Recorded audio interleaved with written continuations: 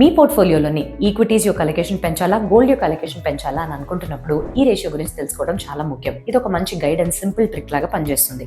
Nifty buy gold ratio. Nifty 50ని మనం gold యొక్క గ్రామ్ ధరతో కానీ డివైడ్ చేసి చూసినట్టయితే ఈ రేషియో మనకి లభిస్తుంది. ఎప్పుడైతే ఈ రేషియో తక్కువ ఉంటుందో దాని యొక్క అర్థం గోల్డ్ బాగా అవుట్ పర్ఫామ్ చేస్తుందని. మార్కెట్లో భయాందోళన వల్ల ఎక్కువగా గోల్డ్లో ఇన్వెస్ట్మెంట్స్ చేస్తున్నట్టు అర్థం. ఎప్పుడైతే రేషియో పెరుగుతుందో ఈక్విటీస్ మంచిగా అవుట్ పర్ఫామ్ చేస్తున్నాయి, ఎందుకంటే మార్కెట్లో మళ్ళీ ఆ కాన్ఫిడెన్స్ లెవెల్ తిరిగి వచ్చిందని అర్థం. గత 35 సంవత్సరాలుగా ఈ రేషియో ఎలాగుందని కానీ మనం కొలిచి చూసినట్టయితే ఒక ప్యాటర్న్ ని వీళ్ళు ఫాలో అవుతున్నారు. ఏంటంటే ఎప్పుడైతే ఆ పర్టికులర్ రేషియో తగ్గుతుందో అప్పుడు మాత్రం మనకి ఈక్విటీస్ మార్కెట్ అనేది అవుట్ పర్ఫామ్ చేస్తుంది. అంటే రాబోయే కొన్ని నెలల తర్వాత అది మంచి అప్వర్డ్ ట్రెండ్ లోకి మారుతుంది. ఫర్ ఎగ్జాంపుల్ 2003 ఏప్రిల్లో కానీ తీసి చూసినట్టయితే 1.95 ఉంది ఈ రేషియో. దాని తర్వాత నిఫ్టీ అనేది చాలా బాగా పెరిగి మంచి రిటర్న్స్ ని తెచ్చిపెట్టింది. రెండవది 2009 జనవరిలో చూస్తే 2.05 దగ్గర ఈ రేషియో అనేది రీచ్ అయింది. మళ్ళీ అది చాలా వేగంగా నిఫ్టీ అనేది పెరగడం దీని తర్వాత మనం చూసాం.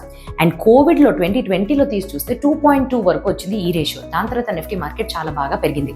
ఇప్పుడు అక్టోబర్ 2025లో చూస్తే మళ్ళీ కోవిడ్ లెవెల్స్ లాగే ఈ రేషియో 2.1 దగ్గర ఉంది.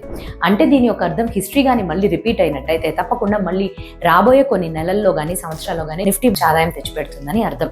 సో మొత్తంగా సమ్మరైజ్ చేయాలి, ఈజీగా తెలుసుకోవాలి అని అంటే ఎప్పుడైతే ఈ రేషియో 2 దగ్గర అంటే లోగా ఉండి 2 దగ్గర చేరుకుంటుందో దాని తర్వాత ఈక్విటీస్ అనేవి అవుట్ పర్ఫామ్ చేస్తాయని. ఎప్పుడైతే 4 దగ్గర ఉందో ఈ రేషియో దీని తర్వాత గోల్డ్ అనేది అవుట్ పర్ఫామ్ చేస్తుందని. సో మీ అలొకేషన్కి ఇది ఉపయోగపడుతుందా? కమెంట్ సెక్షన్లో తెలియపరచడం మర్చిపోకండి. Thank you.